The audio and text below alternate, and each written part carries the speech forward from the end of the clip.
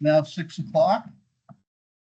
And I'll call this meeting of the Enfield Select Board on July 21st, 2025 to order at 6 p.m. The first item, we have 2 approvals of minutes. The minutes of June 16th first. I'm having memory problems. Was Whitney here in person or did we record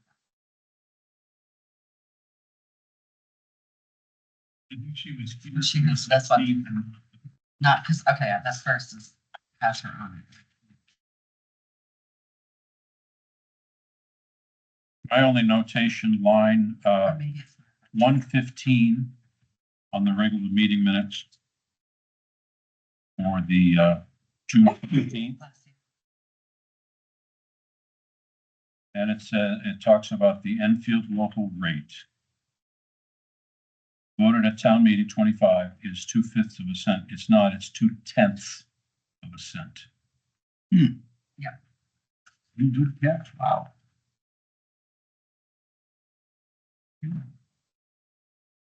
Any other corrections? Do we have a motion with the correction? I'll make a motion to approve as amended. I'll second. All in favor?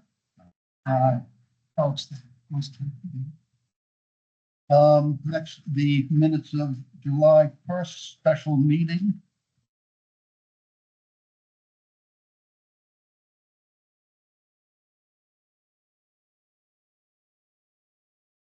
I will make a motion to approve as printed.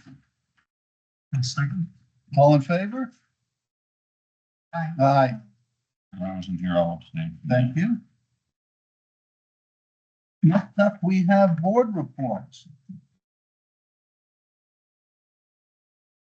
Board reports. I don't have board reports because they're meetings after this meeting, but I think that the Heritage Commission forwarded their RSA 79D recommendations to you possibly just today, so. Haven't seen them? But Yeah. Okay. Anything else?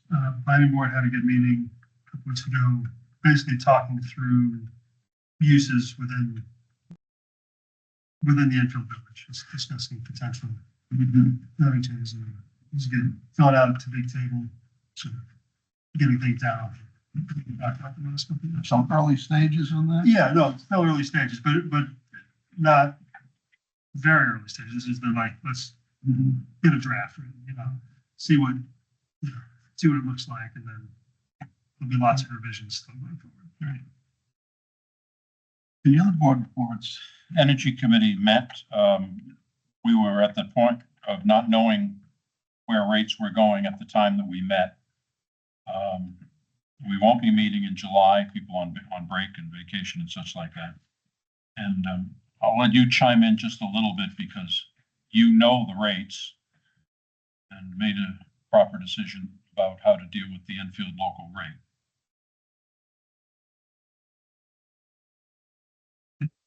Want to pipe in? Pipe in on that, unless that was part of your regular meeting minutes or your report.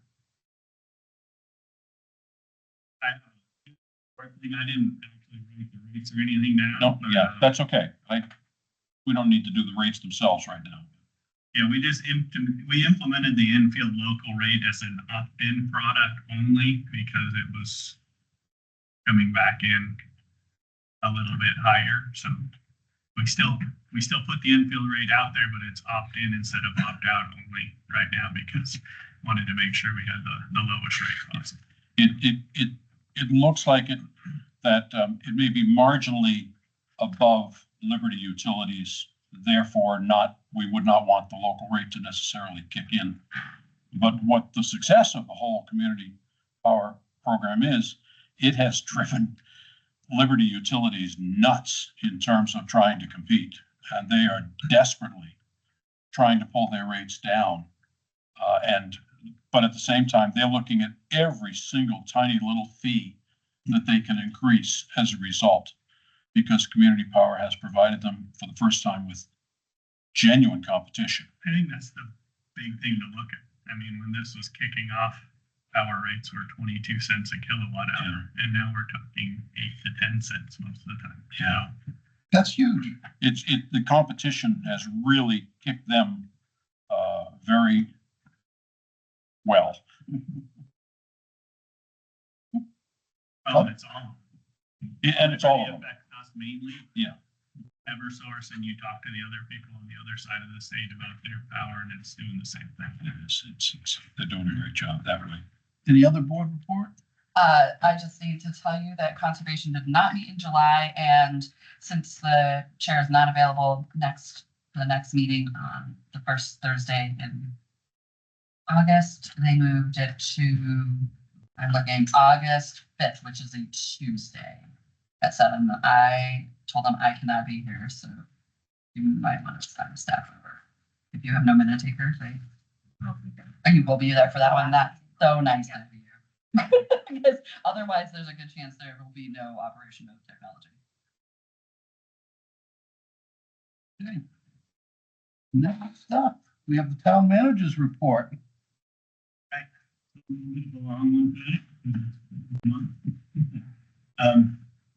Staff report, we're still looking for full-time police officers. We do have a couple certified candidates that we're talking to, but nothing is set in stone yet. So we're still looking for police officer candidates if you know of anybody. The out-of-state police officer applicant has passed all the hiring process and is starting with the department and working on the process to get his certification through the state of New Hampshire. So that process is going well. I don't know all the details on it, but it's a past police chief from another state that has moved to the area and wants to help out a little bit. So it'd be nice to have him on staff. Could that be a part-time position? It'd be a part-time position. He's willing to help out where and when needed, as much as needed. And so, DPW staffing, the open light equipment operator position, from Don Lashua's resignation, we did some internal promotions. That light equipment operator position has a conditional offer on it that has been accepted by someone that has CDL experience and has worked in this line of work in a municipality before. It'd be nice to bring someone on with some experience. Deputy clerk, I made an offer today that has been accepted for the deputy clerk position. For me working through background checks, pre-employment paperwork. We are planning a new employee to start in early August and be able to work on their training process to get trained as much as possible before Daisy leaves. It is a 1.5 to 2 month process at least before they can start taking car registrations, those types of things. Is the potential employee a resident of Enfield? Yes, they That was leading to my question, exactly. are. Great. We can't have a deputy clerk that's. Right. Quick compensation update. As kind of we've been talking the last few years, we've completed the first round of what I would call a compensation update. We worked with the DPW department on this.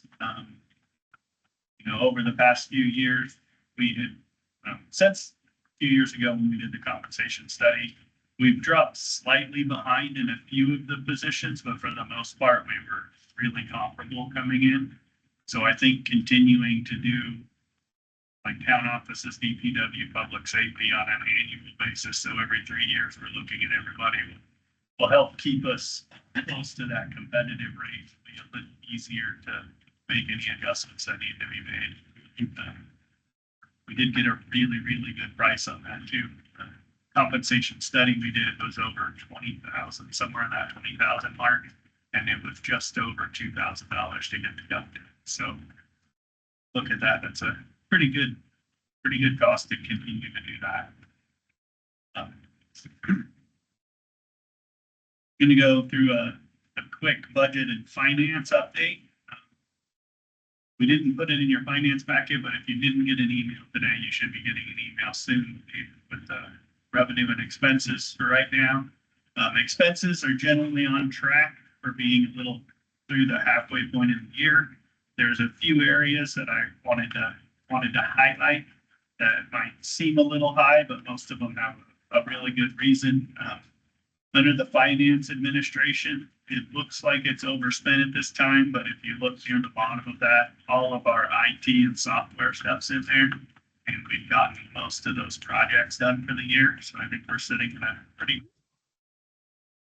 General government buildings are kind of the same. We're a little bit on the high side, but most of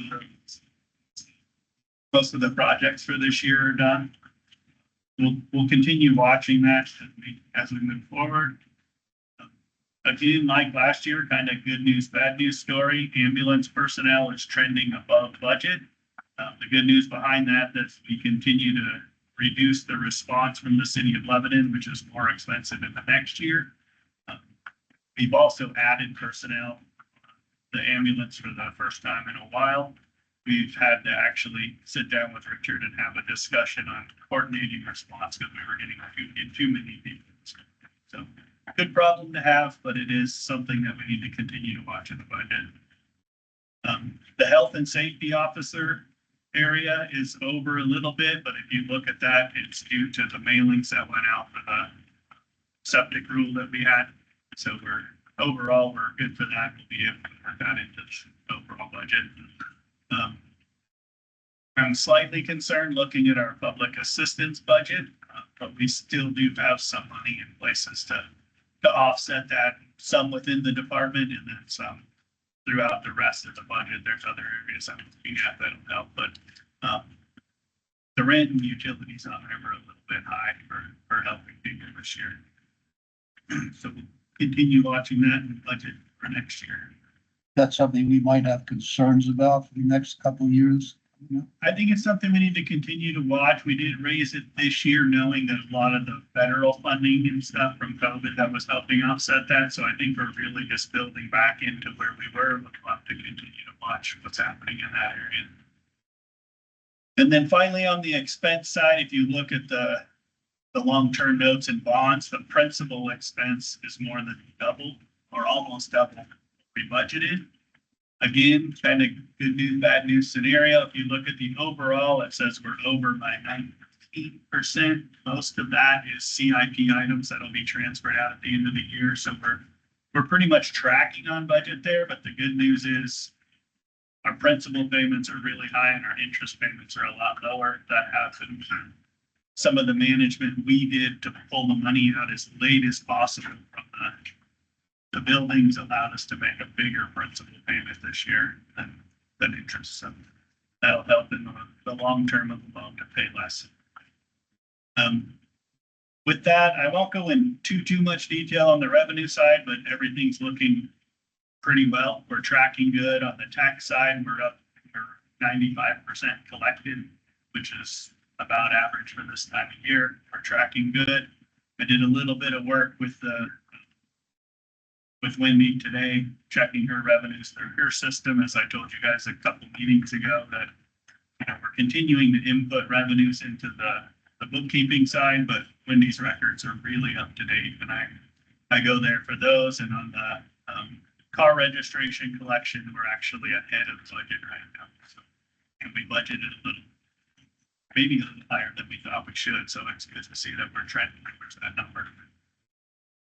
So that's really what I have on my finance report. In your packet, there is a reconciliation update that you guys can look at. We continue moving forward with that. Right now on the 2024 side, everything's pretty much reconciled, and we're going through some of the cash accounts as requested by the auditor to make sure everything's good there. We'll finish the audit and move on. We've been working with Sasha Hall and the treasurer and Chris Allen to try to get 2025 caught up. So we're trending forward in that area. I saw we put a bid solicitation out for auditing review. Is that an annual chore? Have we been doing that on an annual basis? And this is for a 5-year contract with an auditor. So I think every 5 years or so, we should really be looking, and I'd like to lock in pricing for that time frame. And we have an internal control fees right now. So. Yes, sir. Whitney Hall Public Safety Building update. On Whitney Hall, we continue to complete small projects throughout Whitney Hall. Pretty much done, but we're plugging away. It seemed to really slow down. But this last week, we been working with Pro AV and we're completing the audio visual install. So that'll be nice. We're hoping to have training on that soon. And then I talked with DPW and they're starting tomorrow to move furniture, tables and chairs up into that space. So we're getting close to being able to use it. The one thing I do want to do is get the tables and chairs in there, get the audio video running and see what type of echo situation we have so we can buy some sound dampening stuff to make it a nice meeting space before we start meeting up there. So hopeful that we might be able to move in maybe even by our next meeting, but hopefully if not, in September sometime. So I think we're getting pretty close to that. Pretty excited. They had the projector going the other day and I walked in and it takes the whole wall behind the proscenium. It is a humongous projection. Should be able to see fine. Good. I look forward to that possibly being a location for kids to watch a movie. Yeah, it would be great. Yes. That's the idea. That'd be great. So, and then we've set the date for the Whitney Hall grand opening to be August 23rd. And we decided the other day that we're going to do it from 11 a.m. to 2 p.m. So it'll be a 3-hour time frame there. Do a ribbon cutting, we'll do some tours. I know the library is looking at doing an event and I'll work with a few people to set up some snacks and some different things going on in the upstairs. One of the things we thought about doing was putting together a PowerPoint that would rotate that just kind of showed the construction process of moving on. So What hours do you have? 11 to 2. Are we anticipating any street signage for Whitney Hall? We can work on that after. We didn't plan anything in for the project itself, but we can look at that if it's something we want to do. I kind of want to wait and see what we do with the police building and all that, and whether we sign it Whitney Hall or we sign it something else, just when we get done. I don't think we need multiple signs there for the two buildings. We need one. And then we are completing the move-in and outfitting of the public safety building. Police and ambulance are in and operating out of the facility right now. Talked to Chief Neely this morning. They're having a work day tomorrow and they're hoping to be moved in by this weekend, if not early next week. They should be in and working out of that building. One thing we have seen, and a little of this is what I talked about in the ambulance, but we've already seen an increase in recruitment for both ambulance and fire as we move into the new public safety building. Was one of the things we thought would happen. And I think just having the new building and the increased presence of the building being there has generated some interest in those two departments. I think people call me asking who to call. And I'm like, talk to the chiefs. So, well, it's been good. Yeah. With no advertising. So imagine if we advertised. That's coming soon. Yeah. I'll ask a similar question, the street signage for that building. It's ordered. It is ordered, right? I don't know if you guys remember, I think we talked about that, but We did. Beagley and Chase and Black River Architects made a beautiful sign. And then when the price tag came back at over $30,000, we nixed that and we changed Right. it. And we ordered another one that was less than half the cost of that. So, and we actually took that out of Beagley and Chase's contract because of that. And then we worked direct with Advantage Signs to get something being worked on.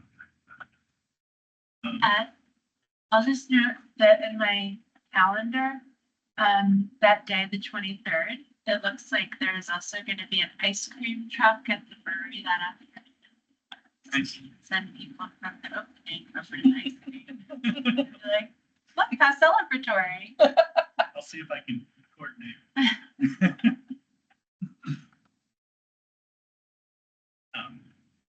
One thing is going through the conservation commissions and some others, but we're still looking for members for the Mascoma River Local Area Committee. This is the Mascoma River Committee that runs through the state. The state's really pushing to try to get some people to stand that committee back up. So if anybody has any interest of serving on that committee and helping oversee and keep clean the Mascoma River, please get a hold of me and I'll help you get a hold of the right people at DES. We talked about the infield rate. Quick update, I had sent you guys something in your packet, but I added the NHMA update with legislation that had a municipal impact this year to your packet. In the PDF, there's some comments that I made on possible specific impacts.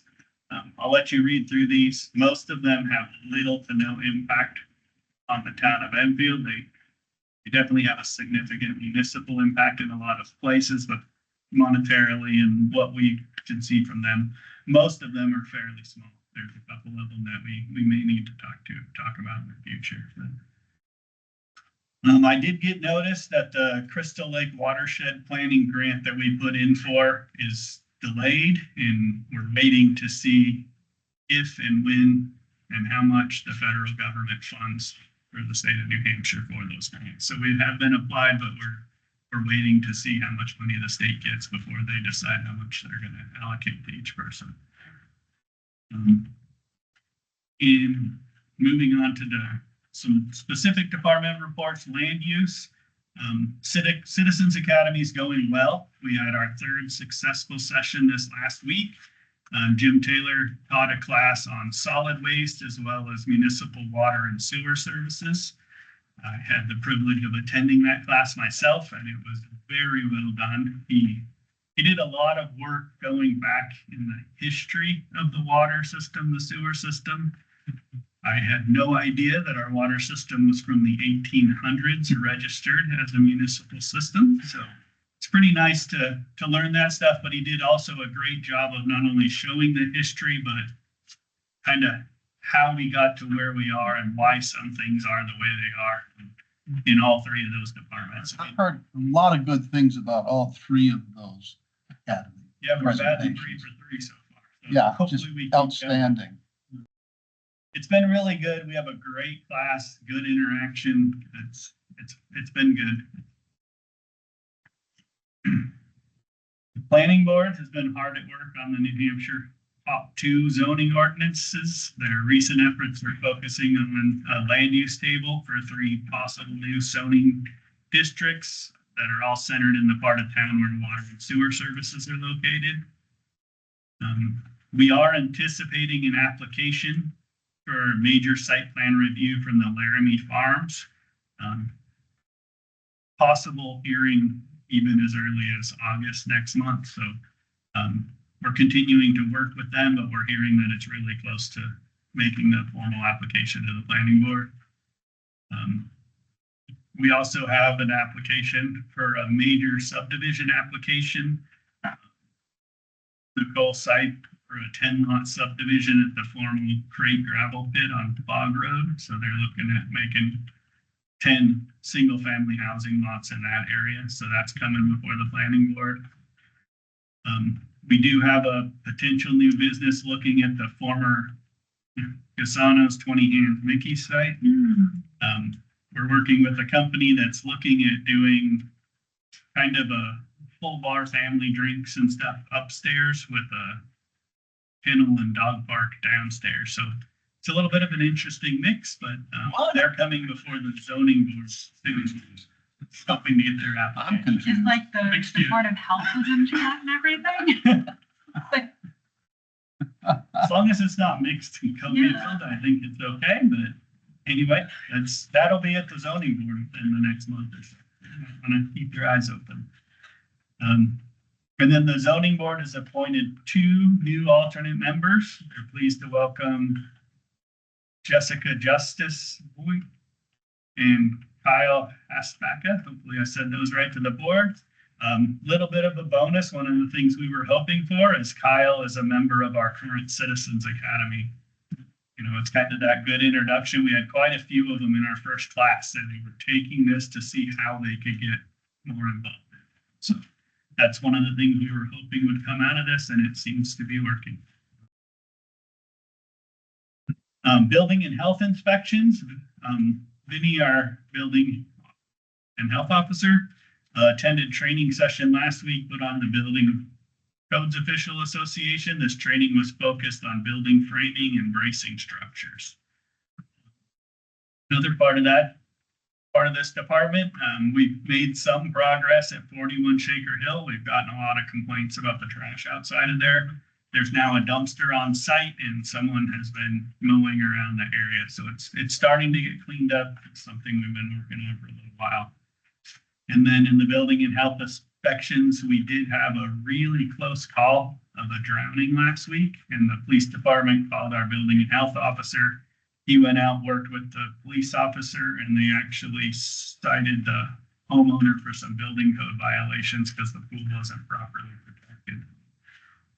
I don't know all the details on that, but it was a bad situation, but good to see our two departments working so closely together to help make things safe. So one thing I did want to recommend off of that is if anybody's looking at putting a pool in, even one of the little bigger outside ones, call the building office here and they'll help you put it up in a way that's safe for everyone. And then DPW. On that same note, but it seems timely, I just read a story today that some of these pools have a binding strap midway up the height, and they're being used as a step by toddlers. So if you have a pool that has a binding strap, that is a step for a toddler to fall into the pool. Yeah. Yeah, Well, it goes the right pools- around the midpoint of a The pools pool. are supposed to have a fence around them. So it's- This is a rubber binding strap of the pool itself to hold it all together. And it's been found to be a step by toddlers to crawl up. That's why the. That's Very why the fence dangerous. is required. Yeah. And a lot of people don't put that part. Potato Road culvert that we applied for, the dredge and fill permit has been declared administratively complete by New Hampshire DES, so that project continues to inch forward. We have sent out 23 final notices to water sewer users, asking them to move over to the automatic meter reading system. That letter helped a lot. We went from 23 people not having that down to 11 people that do not have that meter. I'll ask again, but we do wish to add a manual reading fee starting in January of 2026.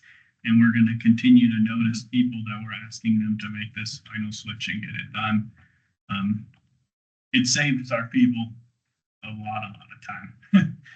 We're down to just a day or two to do meter readings from a week or two before I started. So the manhole repair portion of the sewer I&I project was completed last week, and the pipelining is nearing completion now. So that project's nearing its end, and it'll be nice to know that we're not putting a bunch of stormwater in the sewer system.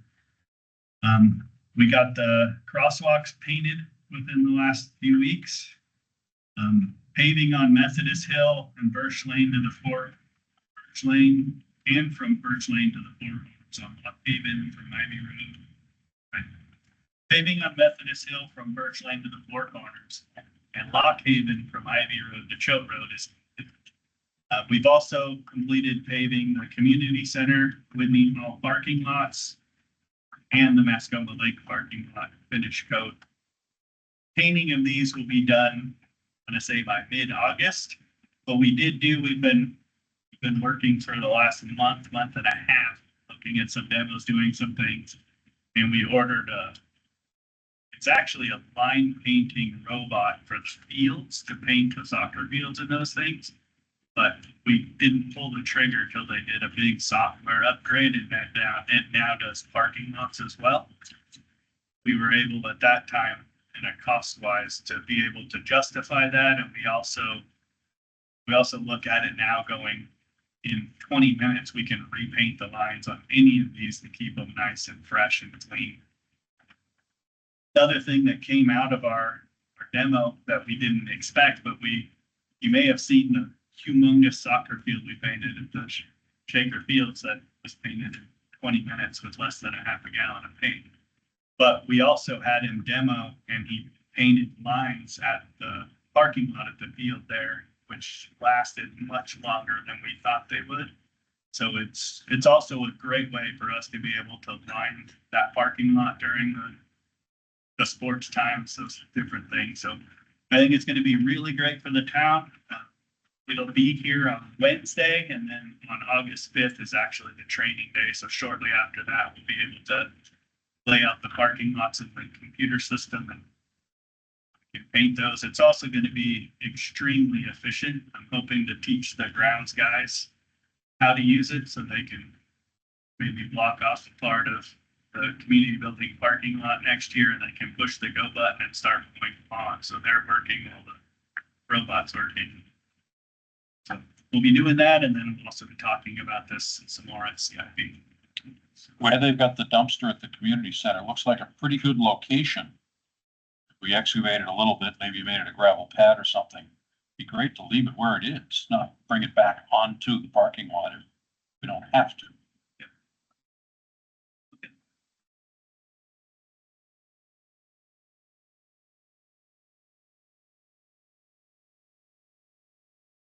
Also, the shed at Shaker Rack. Sheds, Yeah, not for the dumpsters. out the dumpster. Wow. Isn't that part of the 10-year plan to move all of that stuff? Q2 utility billing is complete and the bills are out. We've also, I think we talked about this last year, but we worked with Horizons Engineering, and they're working on a connection fee study for us. So looking at the change fee structure and connecting to the water sewer system. So they're completing the outline for options for that we'll be reviewing soon. So that project continues to move forward. And then we are now the proud owners of a new town loader that was delivered on July 17th. It's out in the bay. Really nice and pretty. And that's my manager's report. Skipping back for a second to Whitney Hall. Do we have a little nicer plan than orange cones in front of Whitney Hall, particularly with the 23rd coming up? Paint that again, but we had a lot of people not listening to that, so we put the cover out before we. I don't want to see concrete bollards or anything, but, you know, yeah, something that's nicer than orange cones. Good. And we may have to do some signage. I think part of it is there are people who feel very strongly and they don't care and they're like, well, I'll see if they give me a ticket, because I've had a few folks say that to me and I'm like, oh, that's not a very nice attitude.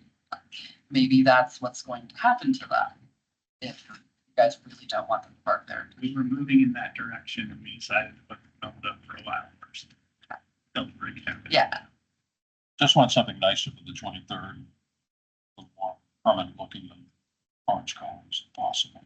And maybe to relieve it, now that they've moved, we can put some signage back in front of the police station and identify a couple of spaces there used by the public.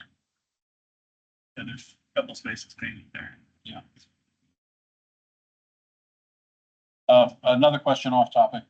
No further news on Shed Street. Anything new that we can hear about? Not really. We're moving slowly with DES. And I've been in contact with folks and funds. Just keep them up to date and keep moving. And we had talked about a time frame that they had to get their stuff done, and I've assured them that that'll be based off the time we can actually turn that over to them. So is the issue sitting with the state to come back to us to determine whether we have to do any more remediation?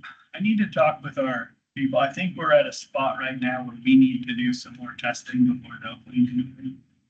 I know they're talking about drilling another well and doing some water tests. They being us or they being the state? Area Associates will actually do it, but the state DES is the one saying, this is what you need to do now. Okay, so we may need to get back into it a little bit. Arrange for some drilling. We won't, yeah. I mean, yes, we'll have to, but Gradarian Associates are our contractors. They're working directly with DES on the needs. Okay, they are working with DES to come up with the next step then, if you will. Yep. So we just need to move that forward. Well, be nice to close that out by the end of the year. And All we possible. did move all the railroad ties. Yes, I saw that. that was the loose railroad ties, right? Not the retaining. So that it was Right. okay to leave the retaining wall on that. It's a retaining wall. on ours, so those are on distinctly on state property. Water, that's all I want. It's part of the right of way. No, that's all I want, is it to be on state property. Loose definition of right of way, but they sort of on the right of way. Yeah. For the railroad. Thank you very much. That was great. Next up, under business, first item is property tax abatement, Bass Group abatement, map 50, lot 42.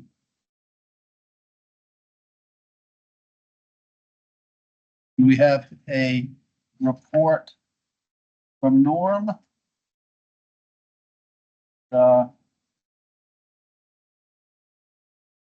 We want to read that out loud, or, Just read the motion, I suppose. okay, we have a motion based upon this information to accept the assessor's recommendation for a reduction in assessment value of $6,400 for map 50 lot 42, which is on 22 Lewin Road, an abated amount of $108.22. Second. All in favor? Aye. Aye. Thank you. Next, property tax interest abatement, map 37, lot 32.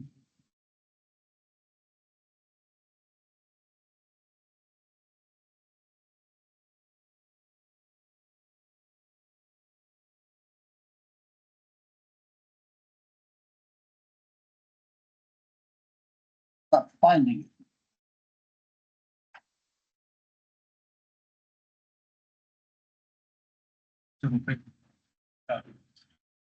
Pardon?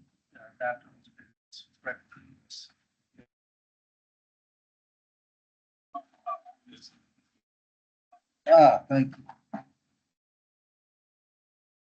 And this has to do with the, This has to do with the old Mickey's building. yeah, When Gassano's owned it and ended up going bankrupt, having some financial problems. Mickey Dad had to foreclose on the property there. And when he did, he inherited, what is it, $19,006.09. in taxes, and then he also had $18,218.20 of past water sewer bills. So I did work with him on the water sewer bills to put a payment plan together and abate future interest on that as he works through the payment plan. And then he's asked for a little bit of help on the 19,000 owed on taxes, and what he's asking for there, if possible, is a payment plan through December of this year to get those paid up. And he would ask if the board would be okay with abating the interest that is currently accrued, and then the interest that accrues during the payment plan. I do recommend that we do that. I think he's been really above board that he wants to make sure that everything gets paid. He's not asking for anything to get waived. And he's working really hard to put a business back in that building to help out of Enfield. Obviously help himself as well, but he's been really easy to work with and really trying to do the right thing. And the current interest is not significant, really, $7.8789. Well, they didn't delay anything. It's not like they've intentionally waited. They're doing this as fast as they can, given their process. Right. Foreclosure, so I think it makes In sense. addition to the proposal for $3,100 in monthly payments to cover the back taxes, you've already made a payment arrangement for the water and sewer bills. Yes, And he's able to afford both of those things, that payment. yeah, he'll be As doing well as those this. and keeping everything current. while And he that'll does be closed out by the end of the year as well. The water sewer goes a little bit farther than that. I think it's closer to a 1-year agreement, but a little bit short of a year agreement. This one will be a little bit more of a 6-month agreement on the tax side. Okay, but either agreement would be closed out immediately upon occupancy of a new tenant or sale of the building. Probably not a new tenant if he sells the building and the right stuff. we have the right stuff already in process to make sure that we get that during a closing process. But if it's a new tenant, they'll immediately begin to accumulate water and sewer bills. They still have to stay current on their bills for the plans to stay in effect. So we'd in essence be having back bills as well as current bills at the same time. We always do. They have to stay current on their current bills and meet the back payment. That's how the contracts are. If they fall behind on either of those, the contracts default. Or That makes sense. I think we ought to have them clean up the water and sewer bills if he gets a new tenant. So that we're not looking at both back bills as well as current bills at the same time. we're still gonna have. There's current bills right now, whether they use water or not. I think it's very unlikely And how a we do new it all. business standing up is going to have additional capital to pay a large bill like that. My understanding is a lot of the mechanicals were removed. So it's not like you're walking into the brand new refrigeration that you guys saw getting moved in. My understanding is that's gone. So you're walking into a pretty substantial stand-up fee again. I don't think, if we want a business in town to pay us taxes going forward, I think we suck up the $787.89 in interest and take the payment plans. Just want to note, I think the acid backwater and sewer payments were $13,381.24 up top. So, but I think that 18,000 number was actual taxes due. So it's something like that. So I think that. Oh, 18 yeah, okay, Is that- that's is that 13,381. Okay. is the- No, I'm comfortable with the payments for taxes. And I'm comfortable with waiving the interest on that.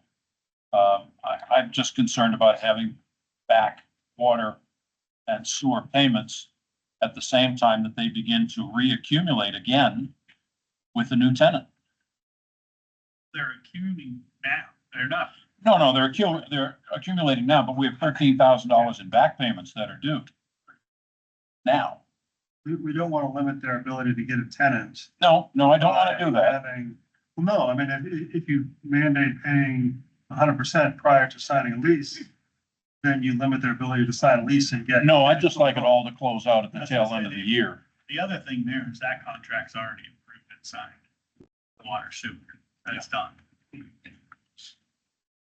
I'd make a motion to authorize the town manager or their designee to enter into a 6-month payment agreement with NIMA Holdings LLC for the full payment of $18,218.20 due in past taxes, and further authorize the abatement of the current interest, $787.89 as of July 9th, 2025, and any further interest accumulated during this agreement against the current amount of taxes due.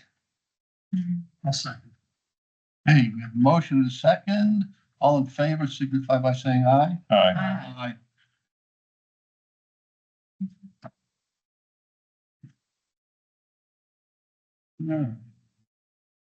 Next up, we have Public Safety Director Plan Discussion. Have several pages.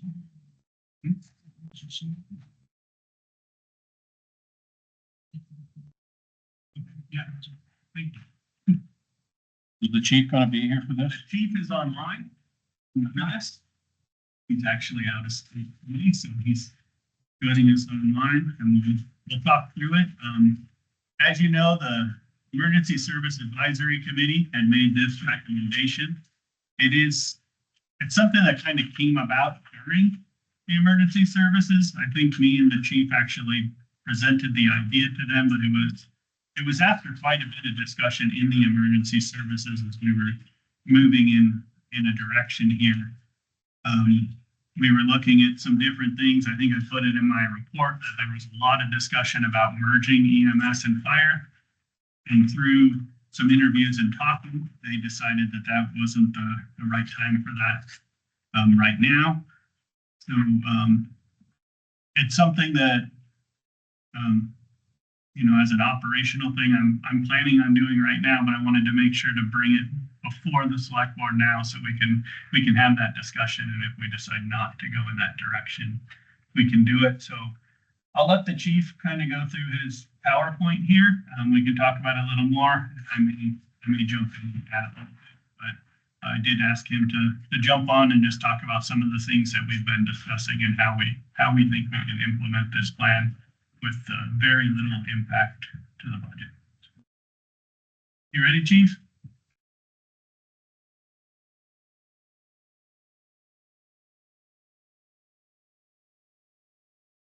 Hello, can you hear me? Can hear you now. I'm not sure how good my service is gonna be. Can you guys hear me? Yes. we can hear you. Okay.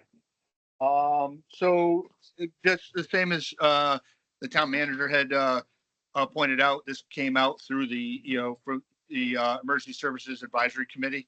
And so me and, Ed had worked on this back and forth, looked at a couple different towns that had similar stuff. And, this is what we came up with for implementing, a public safety, director position. Mainly, I think it would shift the focus, for the last 2 years plus. My focus has been divided between obviously the PD and then helping design and implement and then manage the building of the new public safety building. And so obviously that project is pretty much completed, and now it's we felt that I could shift my focus towards the public safety director position, which would be working with the fire chiefs and the ambulance chief to, bring some of that stuff in. The change on the PD side would be Lieutenant Fry moving to deputy chief and taking on just a little bit more of the day-to-day operations through the PD. Obviously, me staying on as still being the police chief and the overall operations of the police department. It obviously it became apparent when we were doing the study and just through the last few months working with the other chiefs that it's a lot to ask for volunteer on-call paid fire chiefs and ambulance chiefs to do a lot of the administrative duties that I would pick up and would, I think, bring us forward into moving forward and becoming more consistent and improving. I guess I want to say that they're bad. Just it's to be a more professional approach. Mhm. It would be that we wouldn't be looking to add any positions to the PD. I think that we've the last couple of years it's worked well. We have a good team, and so I think with the team that we have, I could shift some of my focus to doing the emergency services. Sorry,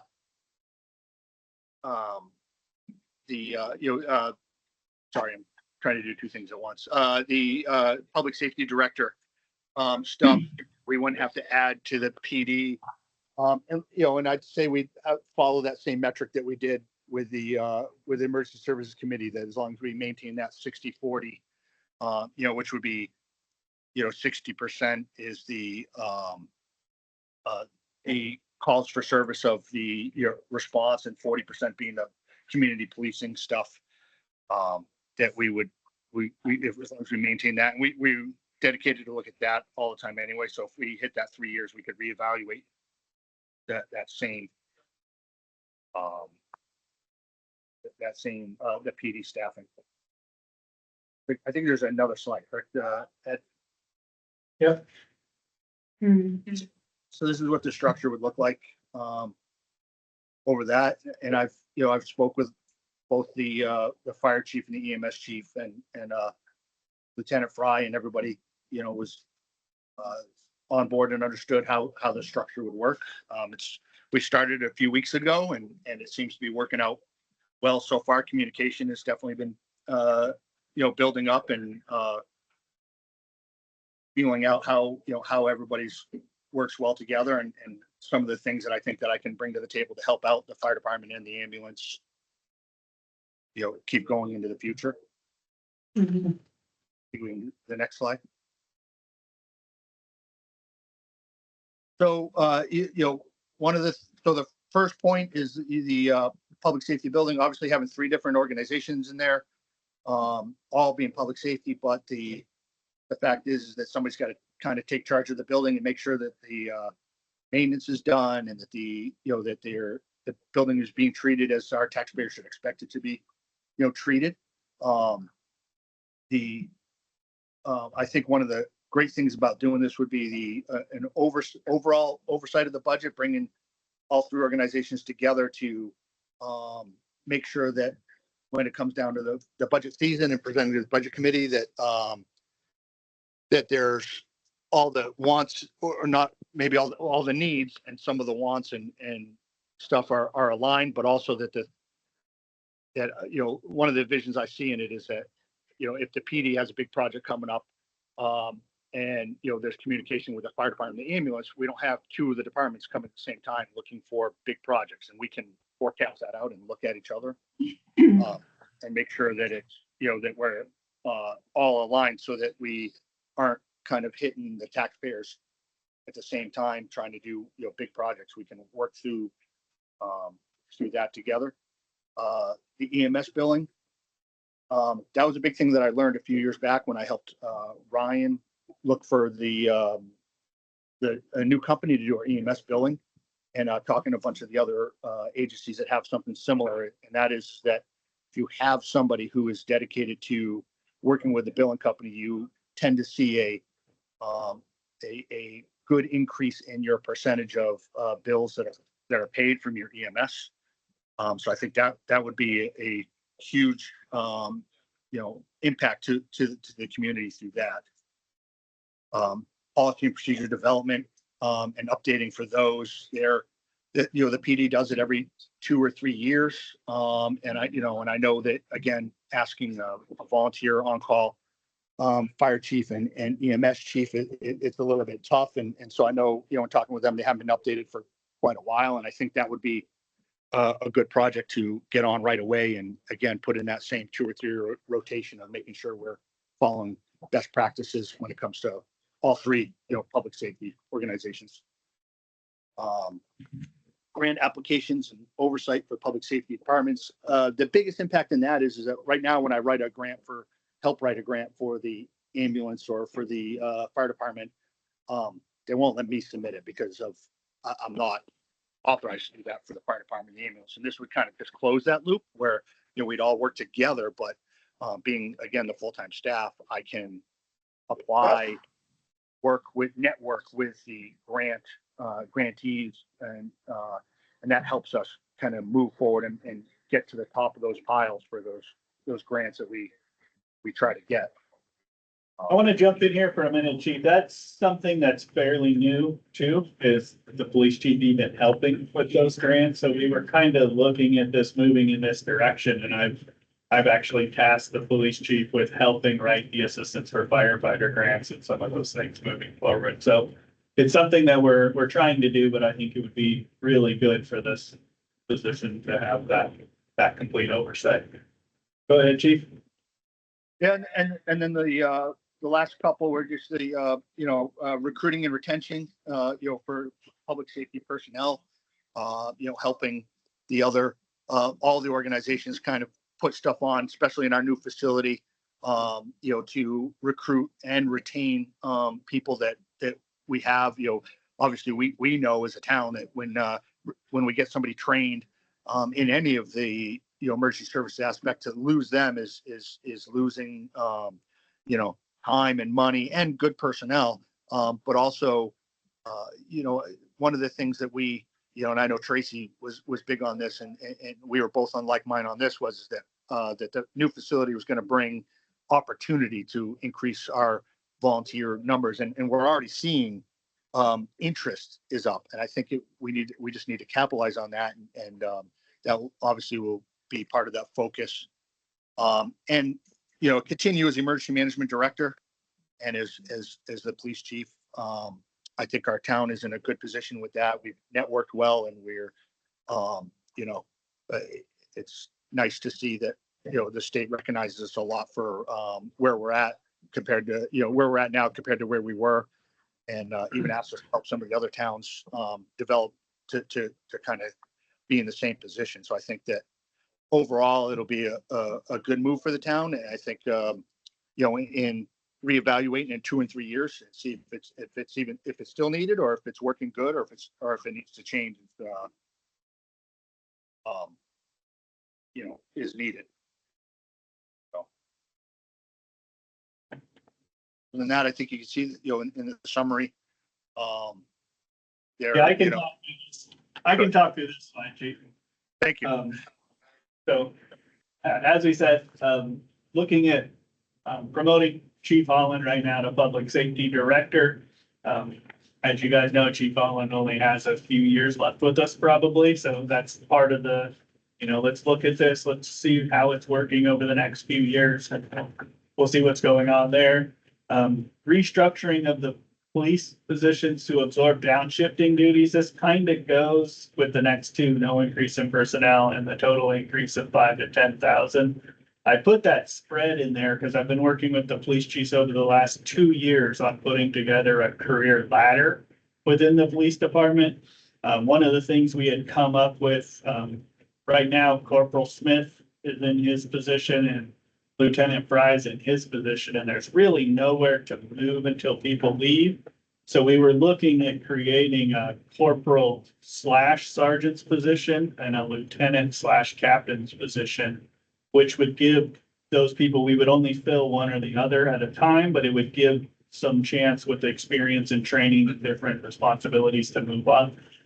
We were looking at moving them up during the 2026 budget, now that we've put that together. So if we implement this, we're looking at moving Corporal Smith to sergeant like we were gonna do anyway. There may be some shift in responsibilities that would change. We hadn't quite completely figured out how much we were gonna add to that, but this would be a little bit more because of that. And then instead of lieutenant to captain, we would probably change that from captain to deputy chief, which would be a different thing. Lieutenant Fry would move into a deputy chief's position. I think he's earned that at this time. But in the future, if we had brought someone with a little less experience, we could make him a captain in that spot. The public safety director might have to shift a little bit more to cover the police duties, but I think that's big. I do believe that this will delay for quite some time, the need for full-time fire or ambulance personnel. The administrative duties and stuff is the big part of that. If we get a lot busier than we are now, we may need to look at some more on-call type shift, those types of things to keep things covered, but I do think it'll minimize that or minimize having to add hours for the chiefs to work more full-time. So I think we're gonna offset those costs over the next maybe more than a few years, but over the next little while, I think we'll be able to delay that need. As the chief said, we can standardize policies and procedures, make things are up to date, make sure we're following best practices. That'll be really good. One of the things that we talked about was inventory and documentation of town assets. One of Corporal Smith's new job will be he's going to be the quartermaster for the police department anyway, but we had talked about he would be in charge of working with someone from each of the other departments and helping keep the records of all the town-owned assets and what we have and inventorying those on an annual basis. I do believe it'll increase budget efficiency between the 3 public safety departments. Not only, as the chief said, of aligning projects and things that need to happen, but we also have a little bit of duplication in each of the budgets throughout our budgets to make sure that they have what they need for certain line items. This would allow the public safety director to work between those 3 budgets a little more. So I think they'll get some operational efficiency out of that. And then it'll promote collaboration and open communication. Again, we've kind of already started this. This is already happening. The 3 chiefs are meeting on a monthly basis. One thing we have found moving into the building already is there are times when people disagree and someone needs to be in charge to make that last decision. So we've done that. The police chief's done a really good job setting up shared calendars and things. So we call it the EOC, but it's the training room. So when they want to book those things, there's already a a method in place for doing that. So, you know, I think overall, it's a really good plan. I think it's a way to move all three departments forward just a little bit at a very, very minimal cost.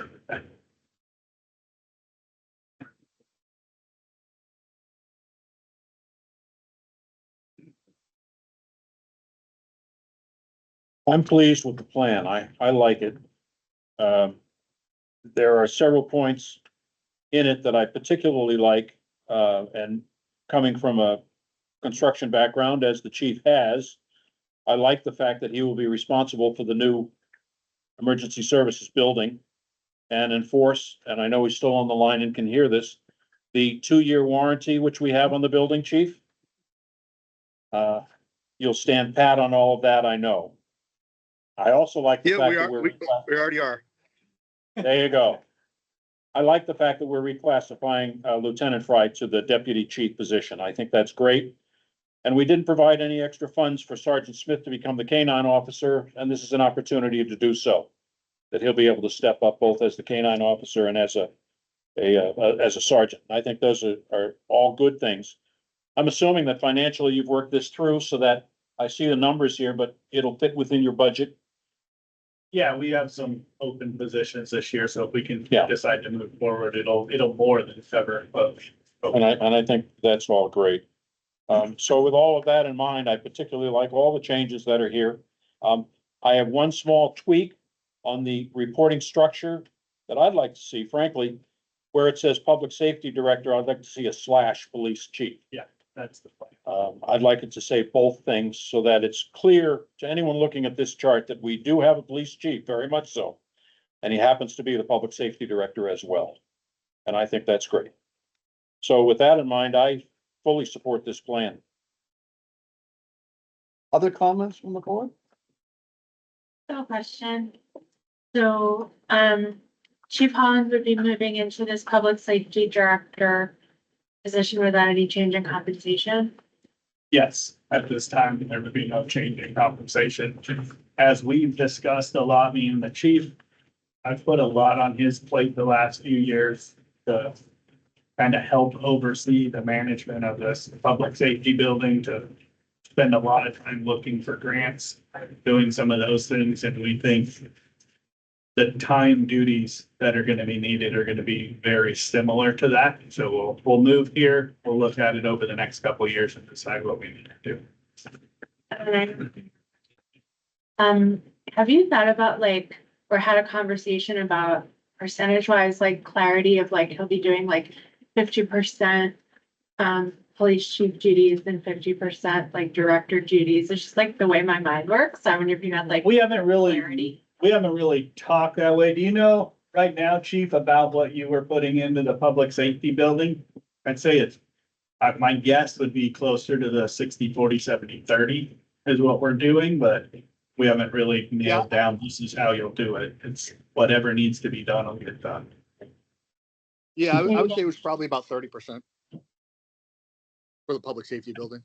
About the same. It might even be a little less when we get everything. Like the initial projects might be a lot of work, but once we get rolling, it's probably not gonna be a lot of extra duties. Other comments from the board? I assume that we'll still have the fire chief be responsible to maintain and keep an eye on the Enfield Center's building. Yeah, they'll be maintaining, they'll be still in charge of their departments. This will just add a layer of administrative oversight and a layer of administrative support more than anything else. That, you know, I'm gonna pick on Phil a little bit, but Phil does a lot of work here in town doing things. He goes to meetings, Sure does. but he can't necessarily make it to Concord to the fire chief meetings or something. And Chief Holland may be able to attend some of those and represent Enfield in that sort of capacity.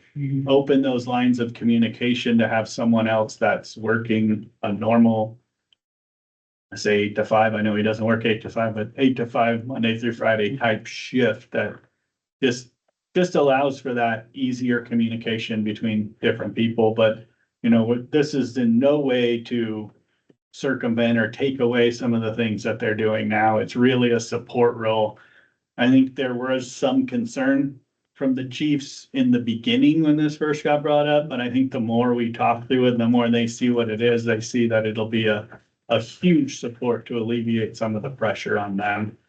I know Richard is, running his own business, doing that work to make a living on a day-to-day basis. So for me to call him for meetings 2 or 3 times a week to talk about things really isn't fair to him. And this way I can, I talk with the police chief all the time. We can talk about some of those things and then it can be communicated down when they can get together and make that happen. David? Okay, I was gonna say, I have a chance. Can I have a chance? Yeah, Oh, great. I just wanted to look back, like pretty far back to when we were working with the Center for Strategic Government on a strategic plan, and that was when Ryan was here.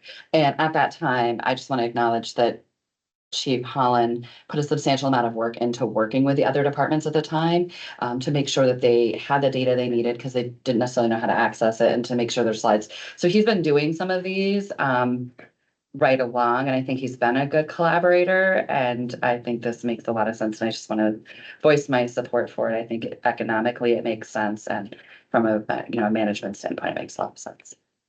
See, I'd say the same thing, not to reiterate it too many times, but a lot of this oversight that needs to happen even from the managerial level has been, hey, chief, can you take care of this? So he's been doing a lot of that anyway, so I don't think it's gonna be a huge lift on his side. And I think that's a lot of the things that we talked about, that a lot of the stuff that we're saying in the job description is what he would be doing is stuff that he's working on and helping with anyway. Thank you. Now, sir. Ted Beauvais, Maple Street. It's an easy lift to support the increased coordination of the emergency services departments. And in the short term, it makes a great deal of sense. The concerns that I have is that you mentioned that there's a few more years maybe for Chief Holland, and then what happens after that in terms of the long-term budget? How does any increase in budget get paid for by grants or other sources so that it's not a further burden to the taxpayers? I think that's what that 3-year review is for, to look at that and to see if it's working, how well is it working? What does the future of the emergency services look like again in Enfield at that time? And, is it worthwhile to go out and maybe recruit a public safety director, or have we done succession planning well enough to move someone else up into that position and continue working forward? So there's I think the 3-year cycle is a 3-year period is a good term. And we may see some population changes within that time as well. There are developments that are being planned right now that could affect our decision-making process. Could affect the on-call policy. It could affect several things, including the staffing itself. So, if we allow things a 3-year period to evolve and mature, then I believe we can look at it in the light of day at that time. I just have one request, and this is a general request. We make a lot of, I think, really good moves towards looking at things strategically and then measuring them and saying we'll reevaluate. And I'm wondering if we keep a table somewhere that if someone gets hit by a bus, because I'm like, gosh, I remember we did that. What meeting was it in? Where is it? But are we keeping an active table that says this is the tool we're using and these are the timeline dates? we can document that. Just because I think if anything happens to someone who because we've got a lot of good tools in place, but how are we gonna remember them without looking through all of the minutes? But we can do that, and I can formalize it in the job description as well, that it'll be reevaluated at that time. Yeah, and I think, we have separately outside of this, we have other ones that we've talked about as, for our goal setting. And so when we talk about projects and whether we should be adding a project, does it meet our goals in the short and near and long term? So as an entire organization, we should probably be keeping kind of a tab on that too. What would you like from us? An expression of our support? Comments, yeah. Okay. Can we, Move on. move, as a board, we all agree this is a good thing and we should move forward with I it? think so. I strongly agree. Agree? Yeah. Agree. I appreciate everyone's time. Thank you. Okay, Before we lose the chief, something which is further down the line. I have a question on the dog warrant, and I just don't want to lose the chief before I ask this one question, and then we can dismiss my question. Okay. My one question is this: this is a very large list. It imposes a duty on him as police chief and in the new structure. It's a larger than it's been for several years now. And I worry that it's something that we're adding as a burden to the police department, that they may need to divert too many resources to take care of. I'll let the chief answer it, but I think That's most of them will be cleared up before it gets to that point. Chief, did you want to speak to that? Yeah, it's, I appreciate it, Tracy. It's actually cyclic, right? It gets every 3 to 5 years, the list gets really big. And then, once Wendy sends out her letters, we always give another warning in person. And then it clears up about 95% of the list. There's always a handful that we give the citations to, and then about 95% of those get cleared up before it actually ends up going to court. I'm not opposed to it also though, because it gets my officers out and meet. It's mostly new people that are moved into town and just haven't. So we get to meet people and they get to put faces to officers and obviously we prioritize calls. So I don't want to say it's a low priority, but it's a low priority as far as prioritizing goes. And so it gets us out there. We get to see the people, get to meet some of the new people, and they know that, they also know after that point that the town's kind of not joking about that whole registration. So I appreciate the concern. I don't think it becomes too encumbersome though. Okay, just didn't want to add 104 house calls to your list. okay. Are we ready for the next item? Finance policy review and adoption. So we can have the chief hang up or? Yep, chief, you're good to go. Thank you, chief. He's already gone. Good. He's on vacation. Probably not even in this time zone.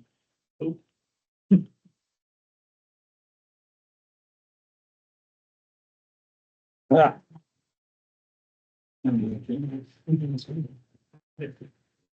Another thick bundle of paper. We didn't change too much. I did get some red line to you of some little things. I added the scope that was asked last time and we did some justification. I did take out any red line you do see is new. Everything that we reviewed in the past has been accepted and moved on.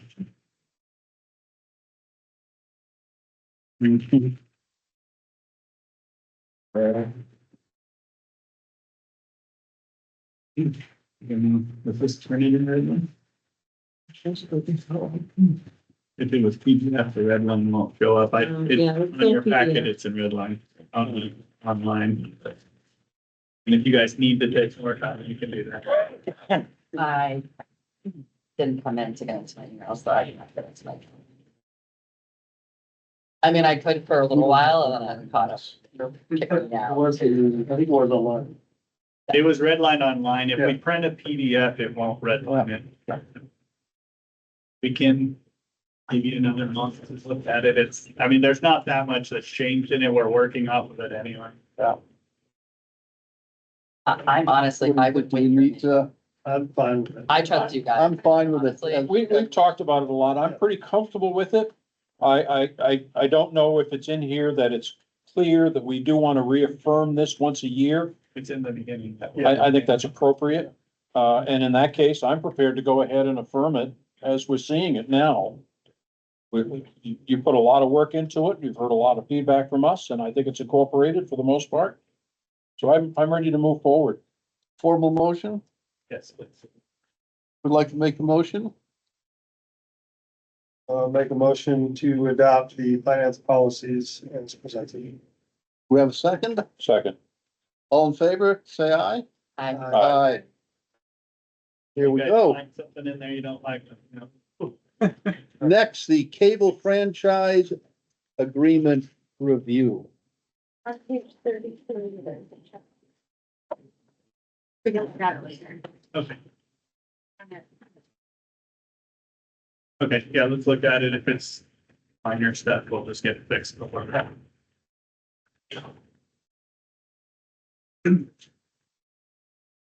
So let me see.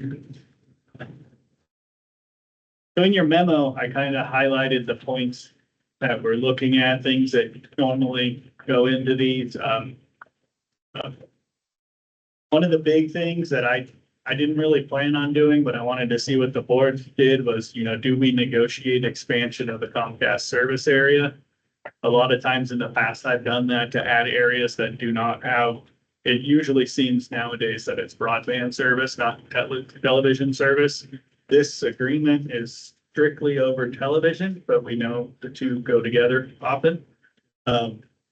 My opinion at this time is no, since I get more people that are Comcast customers calling to ask if they can get Hub 66 or fiber in their area.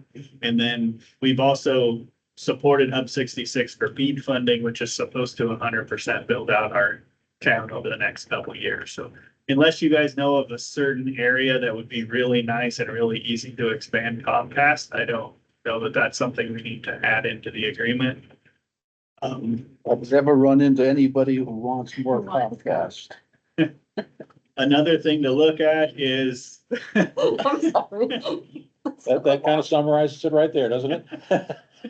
the other thing is whether we look at this in a 5 or 10 year.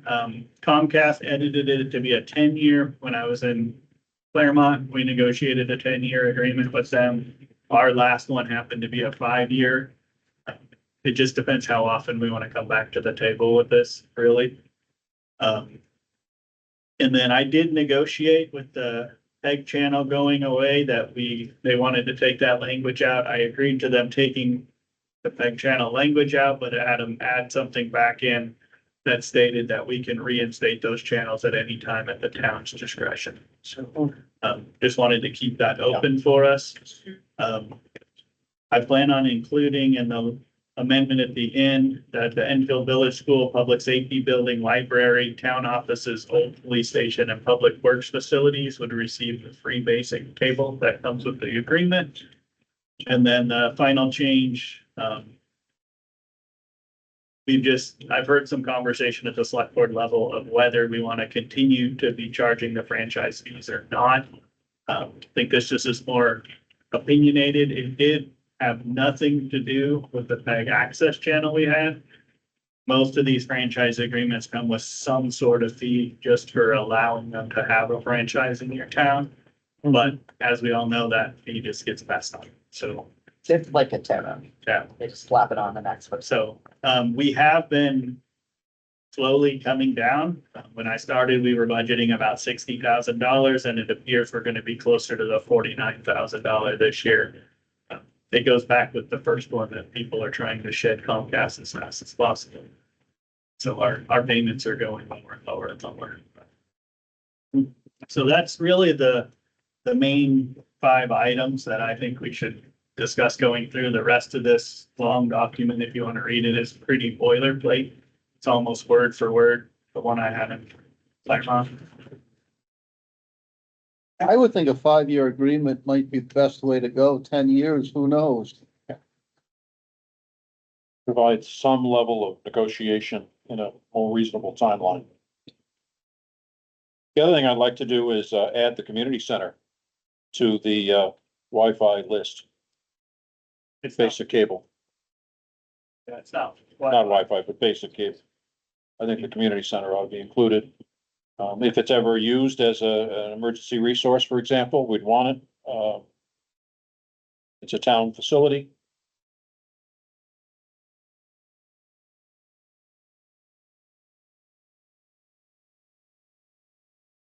It's actually the only town facility that's not listed there in the list. No, it's not. The center fire station. Well, yeah, but I mean, basically, Yeah, if we think we need it on there. if we can get it without an expense to us, I think it should be there. I'll give you another advantage to having basic cable in that building. If we need it on a rainy day for the summer camps, gives another thing for the kids to look at. That's what sticks are for. So should we be charging franchise fees?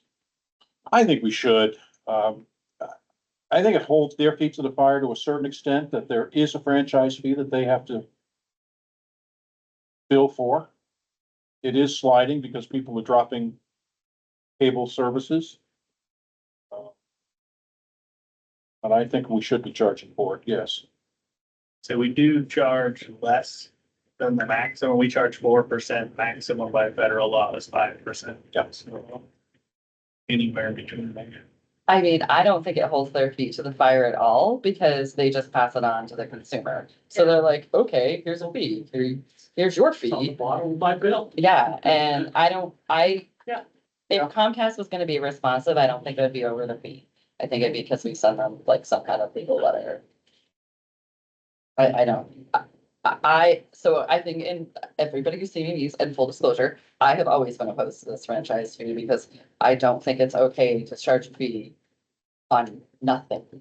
That just gets passed on, like it's not generating great public good. Yeah, we're using it to offset our taxes, but is that really fair at the end of the day to do that to the users of Comcast? Well, supposedly, yes, it is a fee for using the right of way, which is a town resource. The right of way on our roads belongs to the town. It doesn't belong to the cable company, and we do charge them a fee for using it. Well, it's for having a franchise. They pay the right away through taxes. Eric, what do you think? I think the challenge is that like when this started, cable was the only. Yeah. Now the vast majority of, well, I don't know if it's the majority, but many people don't pay for cable at all. Right? We use just the internet services. So it's, I mean, not having a fee will benefit me at all. but it's also a choice people make to have cable. It's not. Alice?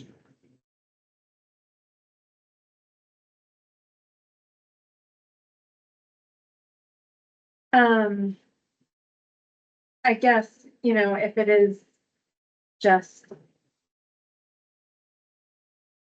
I don't know, it's a little bit challenging for me because the way that Kate just framed it is like, we're charging them, they're charging the customer, it is offsetting our taxes, or is it kind of a roundabout way to generate revenue? Is the money even like a considerable amount of money to be having this discussion? Like, what would we be missing if we didn't do it? About $50,000. Yeah, about $50,000 per budgetary year From our budget, From cable users only, cable users, Only. from our taxpayers. so Yes. not like people like Comcast users. Comcast. Yeah. you know, Comcast. Not people- cable users. Right, that, Yeah. are there other Comcast. cable? Well, you Well, gave away, I you pay gave away your Comcast for pole internet.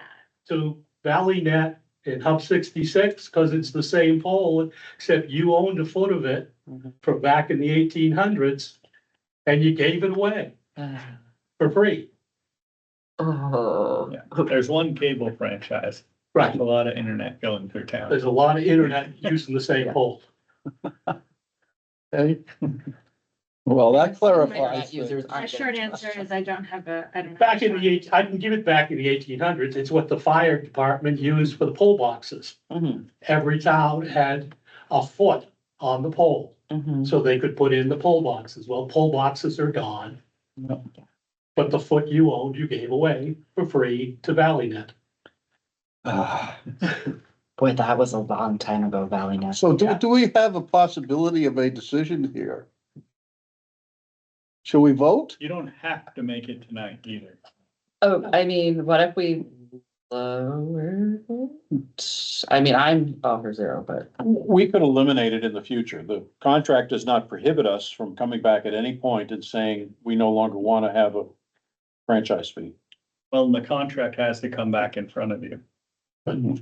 So tonight's not the night that the final decision needs to be made. You guys can continue to think about. I hate to just kick this one down the road. I'm inclined to say, to heck with it. So I say, no fee. I'm with you on the no fee. No fee. I'm Wanna make a inclined to motion? want to continue charging the fee and Okay. allowing it to be revenue that comes back to the town. It's 2-1. I'll make the motion. I don't feel like I'm ready to make an informed decision tonight. I'm sorry. Oh. We I make can't decisions about really huge things. What is there? Eric, what's I your give thought? up. Eric didn't make an opinion. Well, he's, Because I'm having and hawing and Ah. thinking, and thinking through, 'cause I do think the right of way has value. I do too.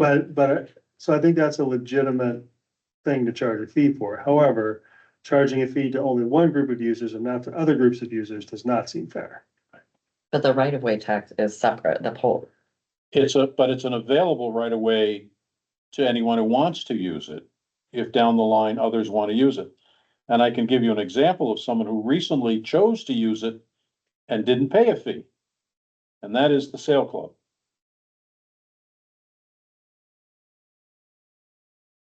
No, yeah, but this is. No, This is That's different. franchise fee has Right. nothing to Totally do not. with running wires. It has nothing to do with poles. It has. No, I nothing to do understand with that. right of Yeah, way. McDonald's. it's using the right of way. It's not. No, It has Right. nothing to do with Right. using the right of it's way. for McDonald's. It's for having the franchise Right, in. Spectrum cannot come into Enfield Yes, it because is. Comcast has, No, they No. can still come. We And don't we have can it get a right now. franchise agreement with them. Yeah, It means almost nothing. it means nothing then. It's this big stack of paper for It like, means my $8 is. So I guess that's the other part. But the right of way, the You're poles, offsetting my all tax. those are in the utility tax section. Yeah, So at one point, But, yeah. they effectively had a monopoly. yep. right. Is that not the case anymore? A competitor could offer cable services. Yeah, and we can negotiate with them, and that's directly in here that we can negotiate with another cable Okay. provider if we want to. They're not gonna come in because nobody's gonna help them pay to go right over the top of the other one, so. Right. They do get some benefit from being the franchise. Yeah. Um, Well, they came first, so they Mhm. got the first mover's advantage. If I had time to look into this, I could come back with a strong opinion. So we should kick this can down the I could come road. Back with a strong. All right. opinion. We're kicking the can down the road, folks. You guys good with the other ones? I can work with Comcast. I can get an agreement put together. We can come back and if we wanna strike that Yeah. section, that's easy. I think So your 5 years. suggestions are good ones. I'd incorporate your suggestions. I do like the Yeah. 5-year plan. Let me go ahead and work with Comcast Yeah. on putting something together and we can always change that one section. Can I just ask on page 11, it's just because I've never seen this used as a word. It says grant of renewal. Can't even read the word to you the way it's written. Francis. And I'm like, is this intentional? Is something got carried forward? When I went to look it up, like a word for definition, I just found other legal. It's a typo. I don't know, because there's a lot of other legal documents. So did everyone copy each other or is it a Where? word? It's page 11 at the very top of the page. Is this? Grant of renewal franchise, I'm just saying, it's not, I mean, I can't. I think it's a typo. When I read it, I saw it and I thought it was. simply a It might be typo. worth just asking. When I don't know a word, I look it up and when I can't find it easily. I bet it's supposed to be franchisee. I Yeah. think so, but I'm not a lawyer. And there's a lot of other documents that have this and I was like, oh. Thank you. All right, we're moving on. Assistant town manager authorization to sign documents. We have a motion in your packet. They're supposed to. This was- You're not seeing it? No, I found it. I did not see it in the packet. Keep looking beyond the old home days. There's. So those are revolving fund each And time. it's out of order. No, it's really, That's it, yes. in talking with our auditors, they just recommended, when I got appointed, that's the wrong- I was authorized to. I thought we did it already last year. I thought we did too, but I seem to, I can't find it either. You know what, let's just, Recall it, you guys, but let's just happy to do it again. So we don't have to find it. I I'm don't gonna see make it. a motion to authorize town manager Ed Moore, no, is this it? No, that's not That's it. not it. It's That's not it. different. Why held up? It's not in the package. I looked. Well, darn. It was supposed to be, and I don't know where it went. Do you wanna read it and we'll make it? David, something? I move to authorize the assistant town manager to sign documents as needed, and as requested by the absence of the town manager. Pretty close to what we were up. Pretty close. Second? Is there a second? A second. All in favor? Aye, Aye. Go for it. done. Okay, Old Home Days Committee membership application. I make a motion, we appoint Dolores Struckoff to the Old Home Days Committee with a term and date to be determined by the office. Well, I would do the longest term available on the committee, which is May 1st, 2028. That's what I'm saying. It's there. Is there a second? Second. All in favor? Aye. I abstain. Old Home Days Committee resignation. I make a motion to accept the resignation of Rita Ranella with thanks for her service and regrets. Second? Second. All in favor? Aye. Aye. 2025 Water Improvement Project. That's the one I tried to make. Yeah, that's the one you tried to make. No, So this is just an authorization that the state requires. The loan was approved at town meeting, but they want an authorization for who can sign documents. What we would like to do is that I would sign the actual official loan documents, and then you guys authorize myself, Elisa, or Jim Taylor to sign the disbursement documents when we're asking for money. I make a motion to authorize town manager Ed Morris to sign the final application for a loan agreement from the Drinking Water State Revolving Fund and to further authorize town manager Ed Morris, assistant town manager Elisa Bennett Lineup, or director of public works James Taylor to sign loan disbursement requests for funds from the loan fund. Second. Any discussion? All in favor? Aye.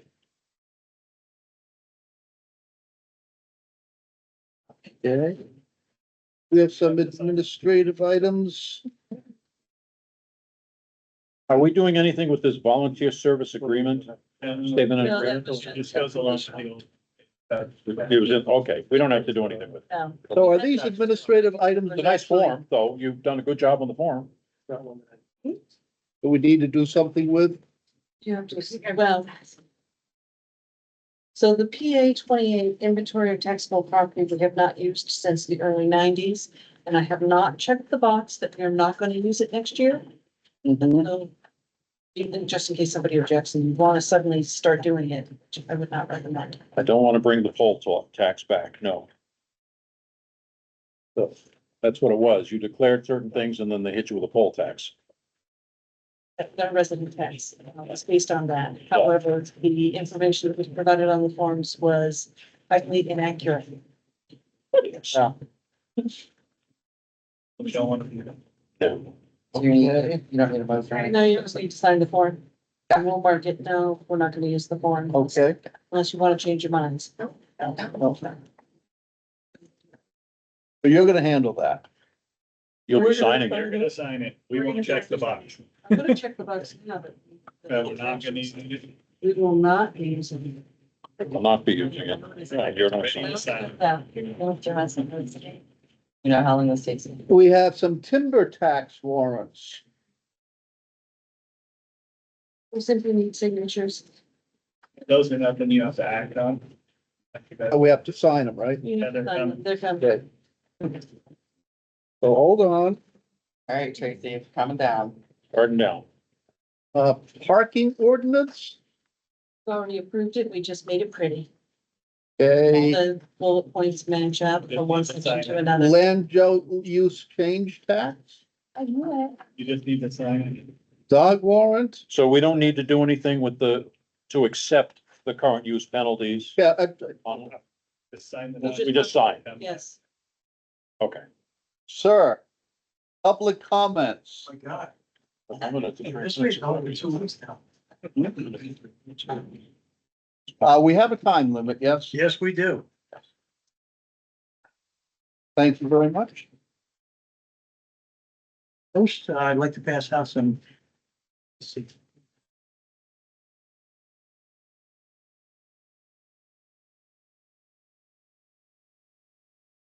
And if we pass these out. Keep going there.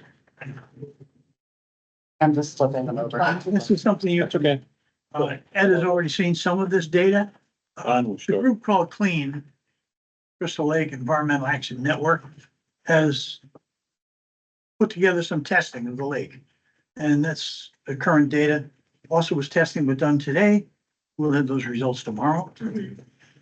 But basically what I'd like to talk to you folks about is the report that sure is not your top of your list.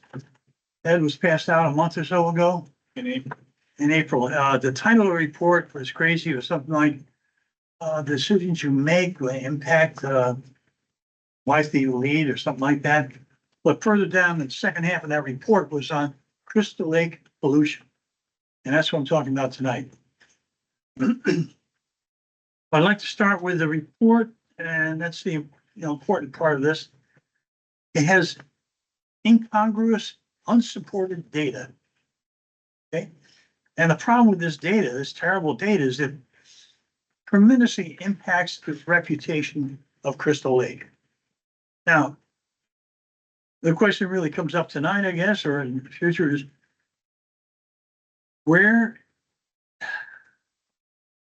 when there's such a deleterious statement about, say, a portion of the town or about a lake,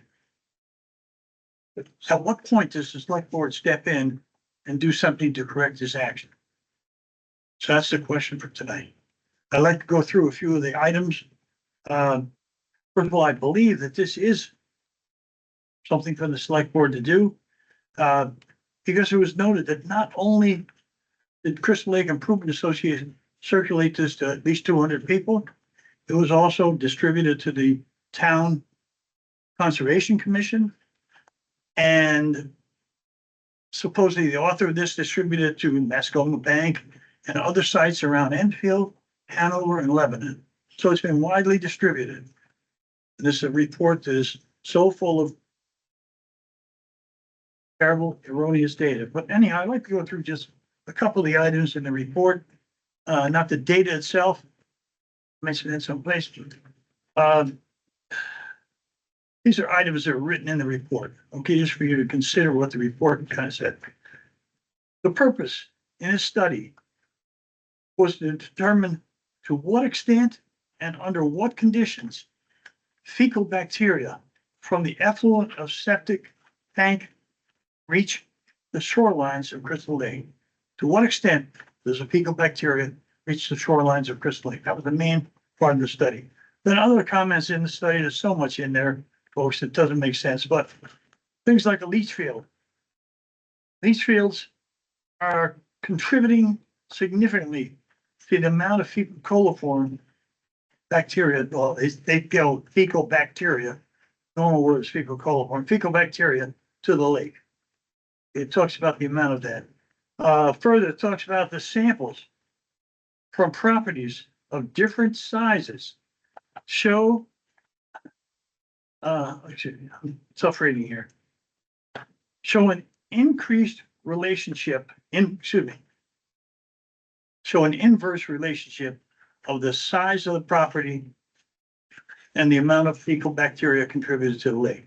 That is, the bigger the property, the less fecal bacteria contribute to the lake. That's the inverse proportion. Just another item. The lot size of less than 1.52 acres will deliver more fecal coliform bacteria. That's lot size less than 1.52 acres will contribute more fecal bacteria to the lake than the soil can handle. Now, I just shorten this up. The worst comment in this report, I think, is the final comment. Okay, the summary of it. And it says, all the samples taken over these past 5 years are above the allowable EPA limits for a public beach. All samples taken in this lake, in Crystal Lake, are above the allowable for a public beach. Now, how does that sound? You believe that? Have you seen the report, folks? Do you remember that? Yeah, haven't they read it all over? I know. What do you think of that? I think the list, If that's true, what do you think of it? I think we did this with you last time. Pardon me? I think we did this with you last time and we gave you that answer. No, I don't think. And you're so. asking the same question. No, I'm again. not. No, I'm not asking the town to do something. You have a time limit. I know that. Okay, No, it is the same as last time because this is not on the agenda and I said last oh, time. excuse me, it is on the agenda. No, it's not. No, it's not. It's literally not. And if it was on the agenda, I would have come prepared to discuss it. Instead of you just looking at me and saying, what do you think? Did you read the report? Had I been told to be prepared with the report fresh in my mind for this discussion, I would have, but I was not. So I'm not prepared to enter into this discussion with you. I asked for this to be put on the agenda. I was told it was on the agenda. There's nothing. I had 5 to 10 minutes to talk about it. I'll listen. No, as I stated, we told the board, they said they didn't want it on the agenda, but we could have talked about it at public comment. So in other words, I'm talking, nobody's gonna answer this. We gave you the opportunity to come and give us your thoughts on this and to read what you had to read. That did not mean that we were gonna engage in a discussion with you. I don't need a Because if discussion. we are concerned, as far as we're concerned, the sewage ordinance, This is not about the sewage ordinance. ultimately it is. No, it's That's not. what's always been with you. No, it's not. Well, That's okay, something else. This is about this report, this terrible, which seems to relate to sewage. well, of course it does. There you go. It's sewage. So I think. I'm not gonna quibble here.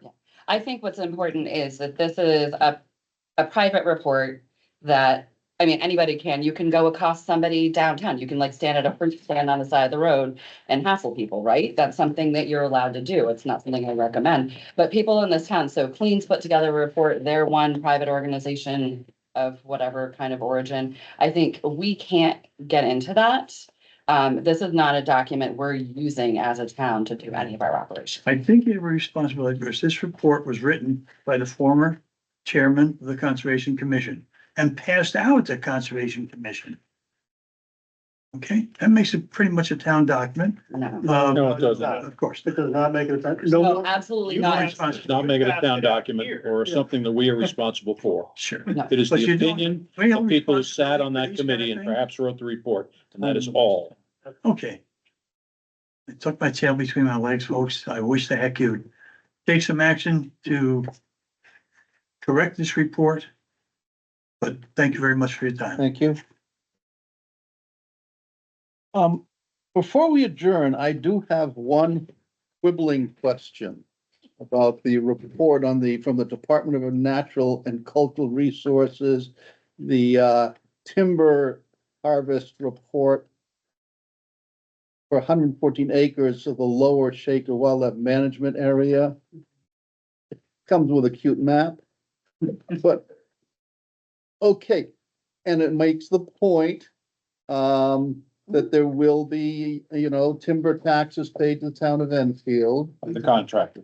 But this also says this harvest operation will not require the transportation of forest products over town roads. 4A, they're out of here. So only state roads. Yeah. They did exactly the same thing last year. Thank you. It's directly opposite my house. Yeah. And my only quibble with it is they like to crank it at 6:30 in the morning. Yeah. It's very loud. Okay. And it echoes across the lake at 6:30. Yeah. I think that's offensive, but there's nothing that we can do about it apparently. Yeah. Can I have 2 public comments that are not public? Yeah. Enfield's Old Home Days is this weekend. Yes. And if you haven't gotten one of the lovely, what do they call them? Booklets. Programs, booklets. There are some in the town office, the library, around town. There's ones right here. Right at the front. And the townwide yard sale is also this weekend. And I'm a big fan of people upcycling their stuff. So it doesn't go in the trash, so we don't have to pay. And your for it. map is terrific, and you even provided a guidance map if somebody gets lost. You can click on it. I saw that. Smartphone, but I Yeah. want things to not go in the trash because I don't want to pay. I agree. Well, And somebody's selling a hot dog cart. you know, Oh, no, that's I'm together. optimistic that people sell stuff so it doesn't wind up in their front lawns.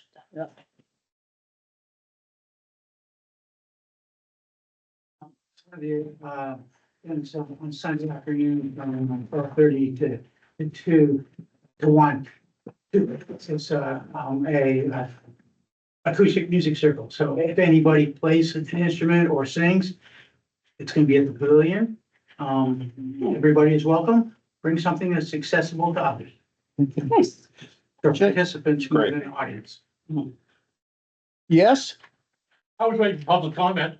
I've just got an announcement, which is the Enfield food pantry will be opening August the 6th. Thank you. okay. How's, Excellent. how does it look down there? You all set up? I haven't been in there, not my problem. You That just was delegated. push the food out the back of the truck. I delegated that. Yeah, okay. That's great news. I just paid the bills. Are we ready to adjourn? Motion to adjourn. Second. All in favor? Aye. Aye. Aye. Thank you. Okay.